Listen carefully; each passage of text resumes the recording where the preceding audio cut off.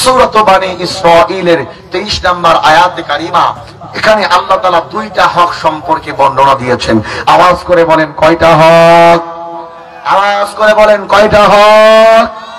আর আওয়াজ করে বলেন কয়টা হক? আল্লাহ তাআলা উক্ত আয়াতের মধ্যে দুইটা হক নিয়ে আলোচনা করেছেন। একটা হলো হকুল্লাহ আর একটা হলো হকুল ইবাদা। হকুল্লাহ কাকে বলা হয়? তাহলে আল্লাহ তাআলা দুইটা হক নিয়ে আলোচনা করলেন। একটা হলো হকুল্লাহ আর একটা হলো হকুল ইবাদা। হকুল্লাহ কাকে বলা হয়?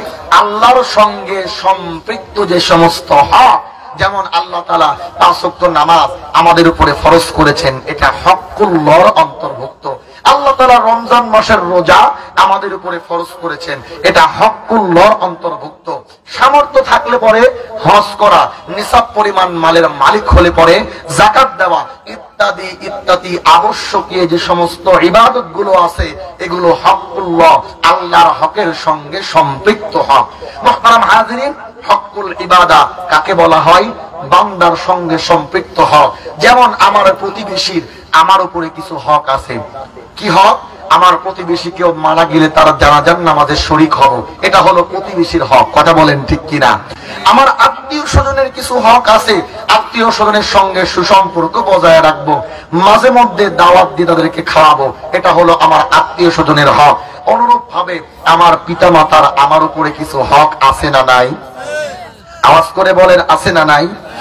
মূলত আল্লাহ পাক রব্বুল আলামিন নিজের হকের কথা বলতে গিয়ে এখানে পিতামাতার হকের কথা বলেছেন। মুহতারাম হাজিরিন, আল্লাহ তাআলা নিজের হকের পরেই কেন পিতামাতার হকের কথা বললেন? মুফাসসিরিনে কিরাম আয়াতের ব্যাখ্যা করতে গিয়ে বলেন, পিতামাতার হক এটা এতটাই গুরুত্বপূর্ণ হক, আল্লাহ তাআলা বান্দাকে এটা বোঝাতে চান, বান্দারে পিতামাতার হক যদি তুমি আদায় করতে না পারো, যথার্থভাবে পিতামাতার হক যদি আদায় করতে না পারো, আমি আল্লাহর হক আদায় করে কোনোই লাভ হবে না।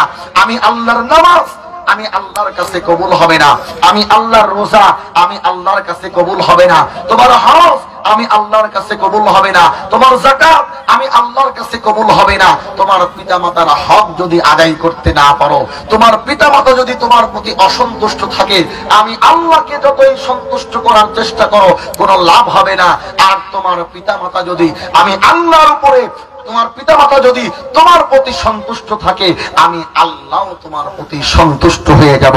বলেন সুবহানাল্লাহ। আল্লাহ তাআলা উক্ত আয়াতের মধ্যে বর্ণনা দেন, ওয়াকাদা রাব্বুকা আল্লা তা'বুদু ইল্লা ইয়্যাহু ওয়া বিল ওয়ালিদাইনি ইহসানা। জোরে বলুন আল্লাহু আকবার। আল্লাহ তাআলা বলেন, আমি আল্লাহর পক্ষ থেকে 1 নম্বরের চূড়ান্ত পর্যায়ের সিদ্ধান্ত হলো তোমরা শুধুমাত্র কেবলমাত্র আমি আল্লাহর ইবাদত করবে, আমি আল্লাহর সঙ্গে কোনো কিছুকে শরীক করতে পারবা না। এটা আমি আল্লাহর পক্ষ থেকে 1 নম্বরের চূড়ান্ত পর্যায়ের সিদ্ধান্ত। এরপরে আমি আল্লাহর পক্ষ থেকে দ্বিতীয় সিদ্ধান্ত হলো আমি আল্লাহর হক আদায় করার পরেই তোমরা তোমাদের মা বাবার হক আদায় করবে। ওয়া বিল ওয়ালিদাইনি ইহসানা, তোমরা তোমাদের মা বাবার প্রতি ইহসান করবে, তোমরা তোমাদের মা বাবার সঙ্গে ভালো আচরণ করবে, মা বাবার খেদমত করবে। কোন পদ্ধতিতে, কোন প্রক্রিয়ায় মা বাবার প্রতি ইহসান করতে হবে আমার আল্লাহ তাআলা আয়াতের পরের অংশের মধ্যে বর্ণনা দেন। আল্লাহ তাআলা বলেন, ইম্মা ইয়াবলুগান্না ইনদাকাল কিবারা আহাদুহুমা আও কিলাহুমা ফালা তাকুল লাহুমা উফফিন ওয়ালা তানহারহুমা ওয়া কুল লাহুমা কাওলান কারীমা। জোরে বলুন আল্লাহু আকবার। আল্লাহ তাআলা বলেন, তোমাদের মা বাবা যখন বৃদ্ধ হয়ে যাবে, অথবা তোমাদের মা বাবার মধ্য থেকে কোনো একজন যখন বার্ধক্যে উপনীত হবে, খবরদার খবরদার তোমরা তোমাদের মা বাবার সঙ্গে এমন আচরণ করতে পারবা না যে আচরণের কারণে তোমাদের মা বাবা দিলের মধ্যে কষ্ট পেয়ে জবান দিয়ে উফ শব্দটা উচ্চারণ করে, অথবা তোমাদের মা বাবার আচরণের কারণে তোমরা বিরক্ত হয়ে তোমাদের জবান থেকে বিরক্তর সুর উফ শব্দটা পর্যন্ত উচ্চারণ করতে পারবা না। তোমরা তোমাদের মা বাবার সঙ্গে সম্মান সূচক আচরণ করবে। এরপরে কি করবে? আমার আল্লাহ তাআলা পরের আয়াতের মধ্যে বর্ণনা দেন, ওয়াখফিদ লাহুমা জানাহাদ যুল্লি মিনার রাহমাতি ওয়া কুর রাব্বিরহামহুমা কামা রাব্বায়ানি সগীরা। আমার আল্লাহ বলেন, তোমরা তোমাদের মা বাবার পদতলে ভালোবাসার ডানাকে বিছায়া দিবে, আর আমি আল্লাহর কাছে দোয়া করবে, রব্বিরহামহুমা কামা রাব্বায়ানি সগীরা।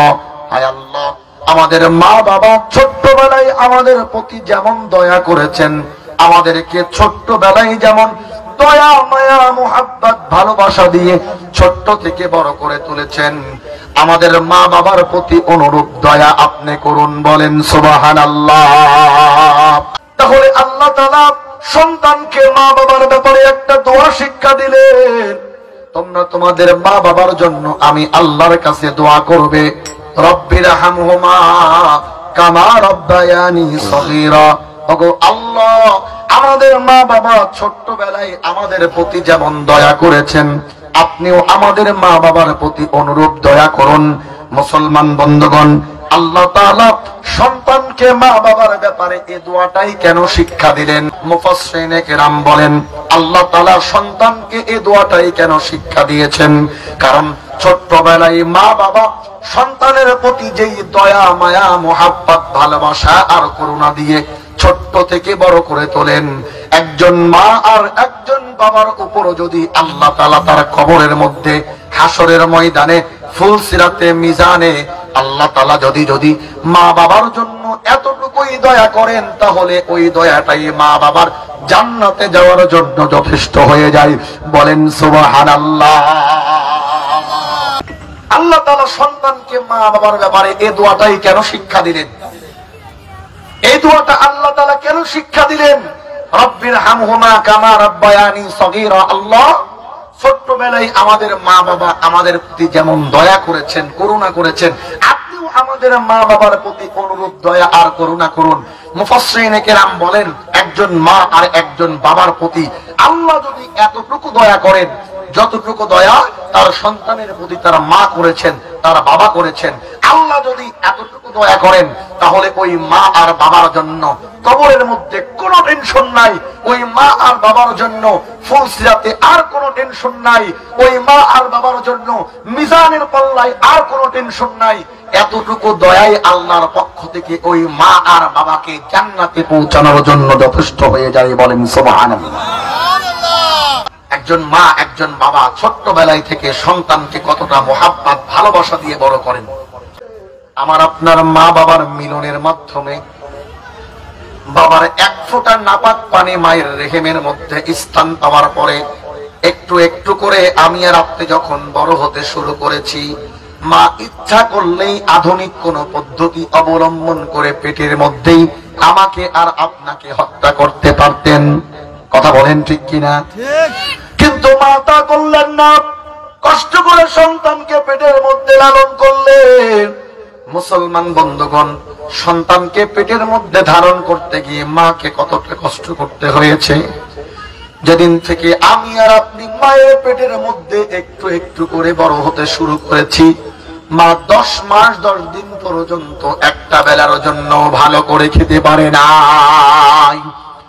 মা যখন এক লোকমা খাবার মুখের সামনে নাই, মায়ের নাকের মধ্যে একটা গন্ধ লাগে। মা এক লোকমা খাবার খাওয়ার সঙ্গে সঙ্গে মায়ের বমি চলে আসে, ওয়াক চলে আসে। মা একটা বেলার জন্য পেট পুরে খেতে পারলেন না। মুসলমান বন্ধুগণ, সন্তানকে পেটের মধ্যে ধারণ করতে গিয়ে মাকে 10 মাস 10 দিন খাবারের কষ্ট করতে হয়েছে। কথা বলেন ঠিক কিনা?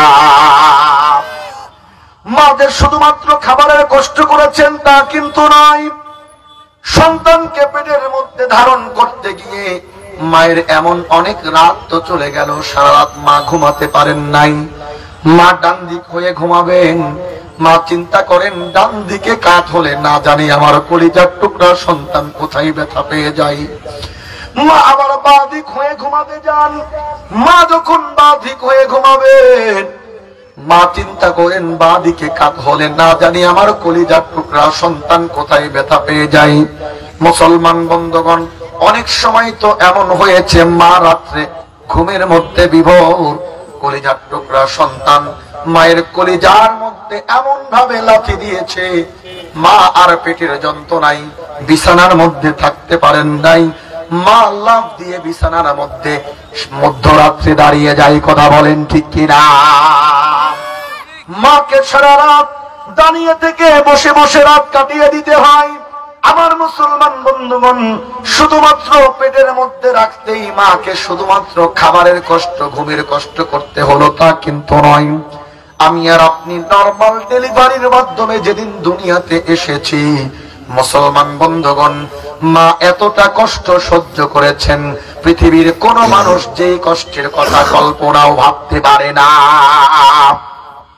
চিকিৎসা বিজ্ঞানী যারা আছেন তারা সঙ্গে স্পট ডেট হয়ে যাবে, মানুষটাকে বাঁচানো আর সম্ভব হবে না।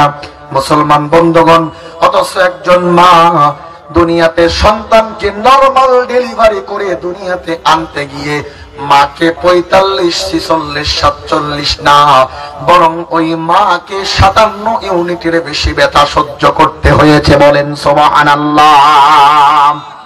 যদি কোন ডাক্তারকে প্রশ্ন করা যায়, ভাই ডাক্তার, যেখানে একজন সুস্থ মানুষ তার শরীরের মধ্যে সর্বোচ্চ 45 ইউনিট ব্যথা সহ্য করতে পারে, এর বেশি ব্যথা যদি ওই মানুষটাকে দেওয়া যায়, মানুষটা সঙ্গে সঙ্গে স্পট ডেড হয়ে যাবে, তাহলে একজন মা কেমন করে 57 ইউনিটের বেশি ব্যথা সহ্য করার পরে দুনিয়াতে বেঁচে থাকেন? ডাক্তারের জবানের মধ্যে কোনো অ্যান্সার থাকে না। ডাক্তার শাহাদত আঙ্গুলি আসমানের দিকে উঁচু করে দেখায় আর বলেন, সৃষ্টিকর্তার কুদরতি ফায়সালা ছাড়া ওই মা দুনিয়াতে বেঁচে থাকার কথা না। বলেন সুবহানাল্লাহ। শুধু দুনিয়াতে নেই কিন্তু মায়ের দায়িত্ব ফুরিয়ে যায় না, বরং দুনিয়াতে আসার পরে মাকে আবার নতুন চ্যালেঞ্জিং এর মধ্য দিয়ে যেতে হয়। কথা বলেন ঠিক কিনা? 2 বছর 2.5 বছর যাবত পর্যন্ত আমরা বিছানায় পিশাব করলাম, পায়খানা করলাম। বলুন তো দেখি, পৃথিবীর মধ্যে এমন একজন ভালোবাসার মানুষ পাওয়া যাবে যে মানুষটা নিজ হাতে আপনার পেশাব পায়খানা গুলো পরিষ্কার করবে? পাওয়া যাবে নাকি? মুসলমান বন্ধুগণ, অথচ একজন মা সন্তানের পেশাব পায়খানা নিজ হাতে পান করলো। 2 বছর 2.5 বছর যাবত পর্যন্ত মুসলমান বন্ধুগণ মায়ের বুকের দুধ পান করেছি। বলুন তো দেখি, এক ধার দুধের দাম শোধ করার ক্ষমতা আমাদের আছে নাকি? মায়ের এক ধার দুধের দাম কাটিয়া গায়ের চাম, মায়ের এক ধার দুধের দাম কাটিয়া গায়ের চাম, বাপুস বানায়া দিলেও শোধ হবে না রে, এমন দুঃখিনী মায়ার কে হবে না। পৃথিবীতে আপনার অনেক ভালোবাসার মানুষ থাকতে পারে, পৃথিবীতে আপনার অনেক ভালোবাসার মানুষ থাকতে পারে, কিন্তু একজন মা সন্তানকে যেই মহাব্বত ভালোবাসা দিয়ে বড় করে তোলে, এই ভালোবাসার দৃষ্টান্ত পৃথিবীর অন্য কোন মানুষ রাখতে পারে না। কথা বলেন ঠিক কিনা? সন্তান হিসাবে আমার মা যখন দুনিয়া থেকে বিদায় নিয়েছেন, মায়ের কথা চিন্তা করে নামাজমুখী হওয়া। কথা বলেন ঠিক কিনা? মা যে কত বড় সম্পদ এটা তো আমরা জানি না। কথা বলেন ঠিক কিনা? জানবো কেমন করে? কোরআনটা তো খুলে আমরা পড়ি না। কোরআনটা যদি খুলে দেখতাম যে আল্লাহ আমার জন্য আমার মাকে কত বড় সম্পদ বানিয়েছেন, তাহলে কখনো মায়ের সঙ্গে খারাপ আচরণ করতাম না। কথা বলেন ঠিক কিনা? বউ আসছে, নতুন বউ আসার পরে 6 মাসও যায় না, মাকে সংসার থেকে বেলক করতে হয়। আছে না নাই? কথা বলেন আছে না নাই? 6 মাস যায় নাই, বউয়ের কথা শুনে বউয়ের ভালোবাসায় পড়ে মার সংসার থেকে আলাদা করছেন। কিন্তু যেই মা এত কষ্ট করে সন্তানকে মানুষ করলো, মানুষের মতো মানুষ করলো, ওই মাকে নাফরমান সন্তান ভুলে যায়। সন্তান জানে না মা তার জন্য কত বড় সম্পদ। কথা বলেন ঠিক কিনা? মা কেন এত দামি জানে না সকলে, জানতো যদি পড়তো দেখে কোরআন হাদিসে খোলে। মা কেন এত দামি জানে না সকলে, জানতো যদি পড়তো দেখে কোরআন হাদিসে খোলে। একটি হাজার সওয়াব মিলে, কবুল হাজার সওয়াব মিলে, মাকে একবার দেখিলে, দেখিলে মা কেন এত দামি জানে না সকলে, জানতো যদি পড়তো দেখে কোরআন হাদিসে খোলে। 10 মাস 10 দিন গর্ভে ধারণ করেছিলেন মা, সহ্য করেছিলেন মায়ে যতই যন্ত্রণা। 10 মাস 10 দিন গর্ভে ধারণ করেছিলেন মা, সহ্য করেছিলেন মায়ে যতই যন্ত্রণা। মাকে কষ্ট দিলে আল্লাহর, মাকে কষ্ট দিলে আল্লাহর আরো কাঁপে বলে। মা কেন এত দামি জানে না সকলে, জানতো যদি পড়তো দেখে কোরআন হাদিসে খুলে। মা কেন এত দামি জানে না সকলে, জানতো যদি পড়তো দেখে কোরআন হাদিসে খুলে। 2 বছর পান করালেন মায়ের বুকের দুধ, কোলে বুকে নিয়ে আমায় দিলেন কত সুখ। 2 বছর পান করালেন মায়ের বুকের দুধ, কোলে বুকে নিয়ে আমায় দিলেন কত সুখ। কিভাবে সেই মাকে সন্তান, কিভাবে সেই মাকে সন্তান মন্দ কথা বলে। মা কেন এত দামি জানে না সকলে, জানতো যদি পড়তো দেখে কোরআন হাদিসে খোলে। 1 হাজার সওয়াব মিলে, কবুল হাজার সওয়াব মিলে, মাকে একবার দেখিলে, দেখিলে মা কেন এত দামি জানে না সকলে, জানতো যদি পড়তো দেখে কোরআন হাদিসে খুলে। ঠিক কিনা বলেন? লক্ষ টাকা খরচ করে আপনি হজ করেছেন, ওই হজ আল্লাহর দরবারে কবুল হবে কি হবে না তার কোনো গ্যারান্টি নাই। কথা বলেন ঠিক কিনা? কিন্তু আল্লাহর নবীজি বলেন, সন্তান যদি মায়ের চেহারার দিকে একবার নেক নজরে তাকায়, আল্লাহ তাআলা ওই সন্তানের আমলনামায় সঙ্গে সঙ্গে একটা কবুল হজের সওয়াব লিখে দেন।